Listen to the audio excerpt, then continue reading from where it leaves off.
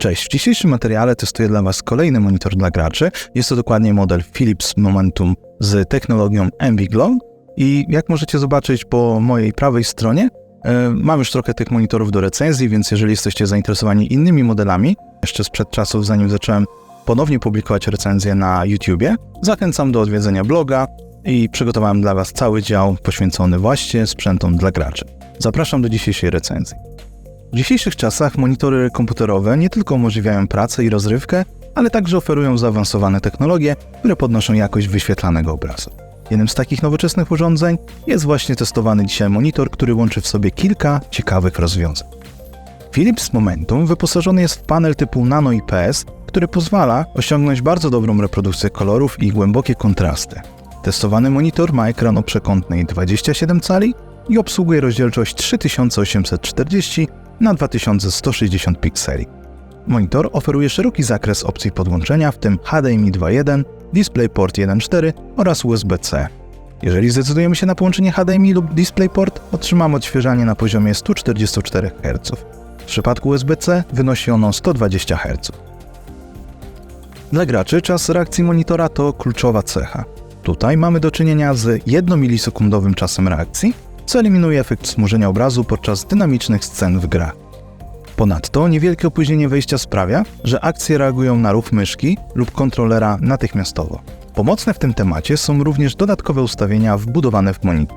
Z jasnością sięgającą 450 CD na metr kwadratowy oraz technologią Smart Contrast monitor dostarcza obraz o wyraźnych detalach i intensywności. Kontrast typowy na poziomie 1000:1 gwarantuje głęboką czerń i żywe barwy, co przekłada się na realistyczną wizualizację zarówno w grach, jak i w filmach. Monitor ma wręcz masywną podstawkę, która przypomina nieco miniaturowy soundbar. Takie rozwiązanie zajmuje trochę miejsca na biurku, ale nawet w trakcie pisania na klawiaturze mechanicznej wibracje nie przenoszą się na ekran i ten stoi idealnie równo bez najmniejszego kołysania czy drgań. Dźwięk z głośników monitora jest wystarczający do biurowych zastosowań, np. zobaczenia jakiegoś filmiku w social media czy przeprowadzenia telekonferencji. Mniej wymagające osoby mogą w ten sposób też słuchać muzyki, ale mając do wyboru słuchawki lub ten monitor, ja wybrałbym słuchawki.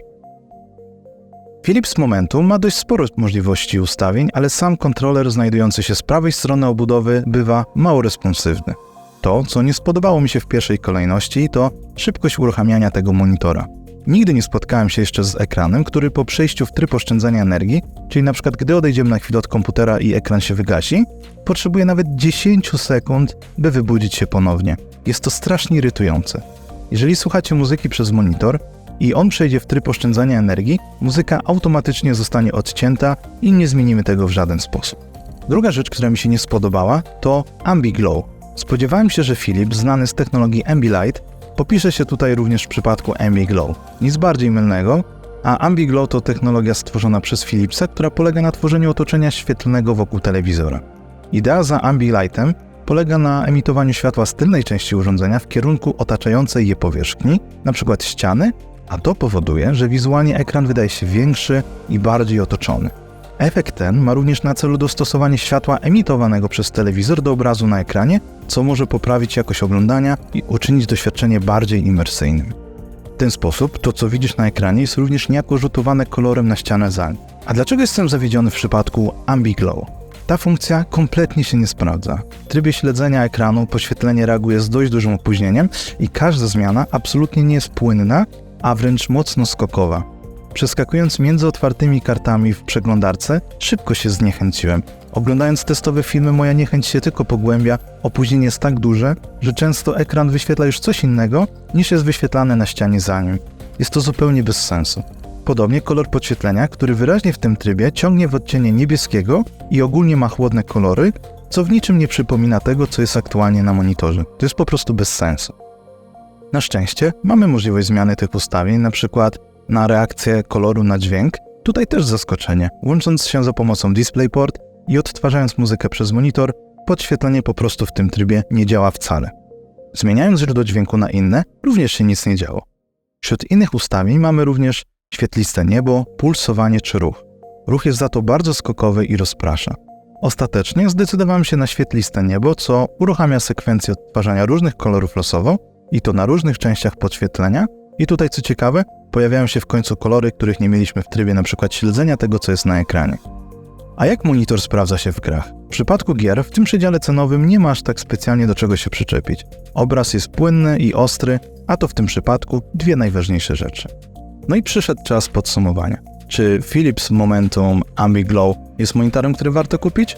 No i muszę wam przyznać, że w sumie to mam mieszane uczucia, bo jeżeli chodzi o to, jak ten monitor wyświetla obraz, to jest bardzo on przyjemny. Jest ostry, szczegółowy, bardzo szybki, nie ma tutaj opóźnienia, czas reakcji 1 milisekunda, no po prostu w grach 144 Hz sprawdza się świetnie, jest obraz bardzo fajnie doświetlony, bardzo kontrastowy, natomiast jest parę rzeczy, które mnie zniechęca i tutaj miałem bardzo duże nadzieje w technologii Ambiglow, którą spodziewałem się, że będzie działała bardzo podobnie do technologii stosowanej przez tego samego producenta, czyli Ambilight.